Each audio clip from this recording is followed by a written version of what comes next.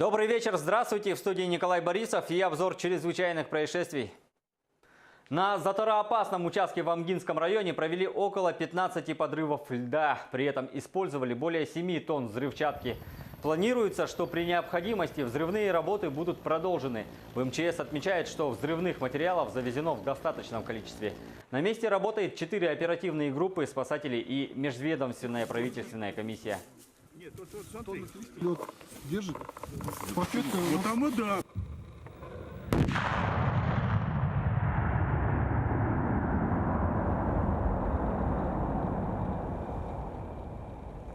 С сегодняшнего дня в 11 районах республики начинается сезон охоты. Однако с началом ледохода на водных объектах погибли 6 человек. Служба спасения Якутии в очередной раз призывает к осторожности.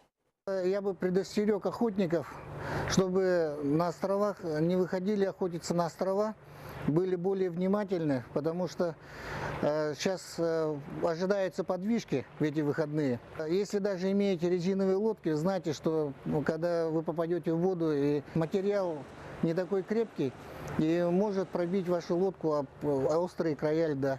Надо сноровку иметь, чтобы пользоваться лодками и металлическими корпусами, потому что когда зажмет между двумя льдами, может это и опрокинуть их. И пробить тоже спокойно может и дюралевую лодку лед. И в принципе у нас много случаев. В этом году уже были случаи, когда на дюралевых лодках просто-напросто во время сплава по речкам таежным люди тонули. А в холодной воде 15 минут и считай, что человеку уже все. Другая неожиданная опасность может поджидать не только любителей охоты, но и простых отдыхающих. С приходом тепла просыпаются клещи. Ранее на территории Якутии переносчики опасных инфекций были редкостью. Однако сейчас укусу энцефалита может подвергнуться каждый. К вниманию жителей Южной и Центральной Якутии призывают сотрудники Роспотребнадзора. Укусы клещей в республике встречаются ежегодно, регистрируются с мая месяца до середины сентября. В прошлом году было всего 340 обращений. Клещи в это время уже просыпаются, поэтому для населения хотели бы рекомендовать, чтобы при укусах обязательно обратились в медицинские учреждения по месту жительства с тем, чтобы в первое время, первые 4 суток получить специфическую профилактику, потому что у нас основное население не привитое против клещевого энцефалита. Укусы регистрируются у нас в прошлом году, регистрировались в 19 районах. Это центральная группа вся, Вилюйская группа районов, потом обязательно южные группы районов и город Якутск. Всего было в лаборатории исследовано 271 клещ, и при этом было выявлено в 7 случаях вирус клещевого энцефалита. Есть у нас. В дежурную часть полиции Якутска обратился 45-летний местный житель. Его доставили в скорую помощь с ножевыми ранениями. Выяснилось, что компания распивала спиртные напитки в доме 32-летней женщине.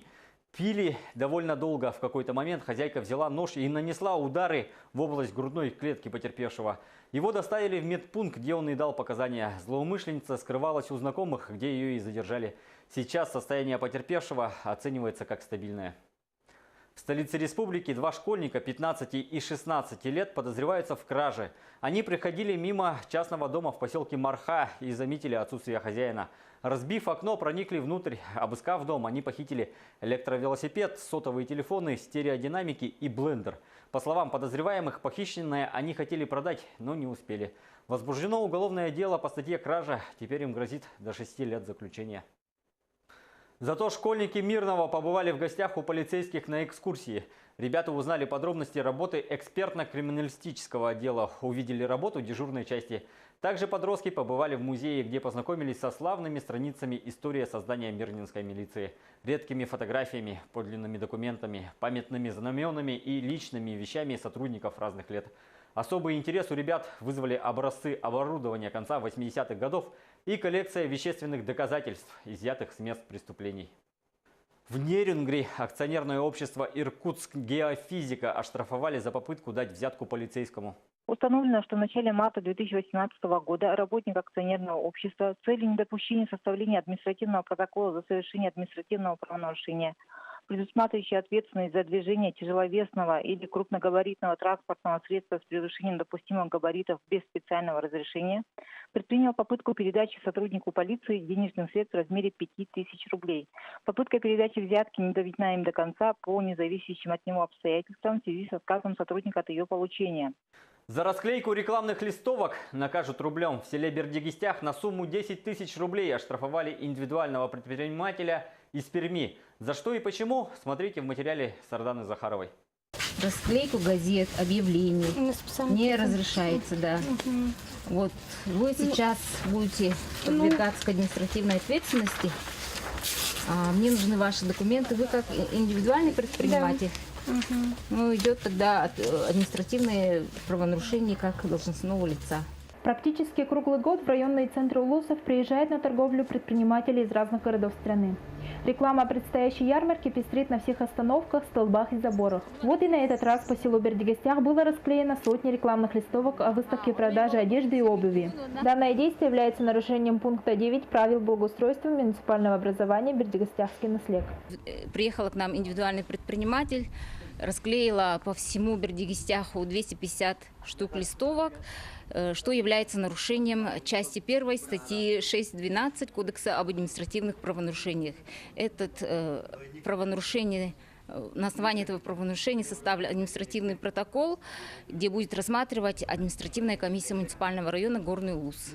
Выявление подобных нарушений проводится в рамках трехмесячника по санитарной очистке и благоустройству наслега. Так, в ходе рейда фиксируются и устраняются и другие нарушения, такие как выливание жидких бытовых отходов, складирование строительных материалов и других объектов на территории, находящейся в собственности муниципального образования. Наряду с этим за чистотой и порядком в наслеге строго следят активные жители села и трудовые коллективы. Многие предприятия традиционно выходят на субботники на своих участках, а активная молодежь наводит порядок на главной площади села. Сардана Захарова, Михаил Мордовской, Михута, Горный. На этом у меня все. Хороших выходных и берегите себя.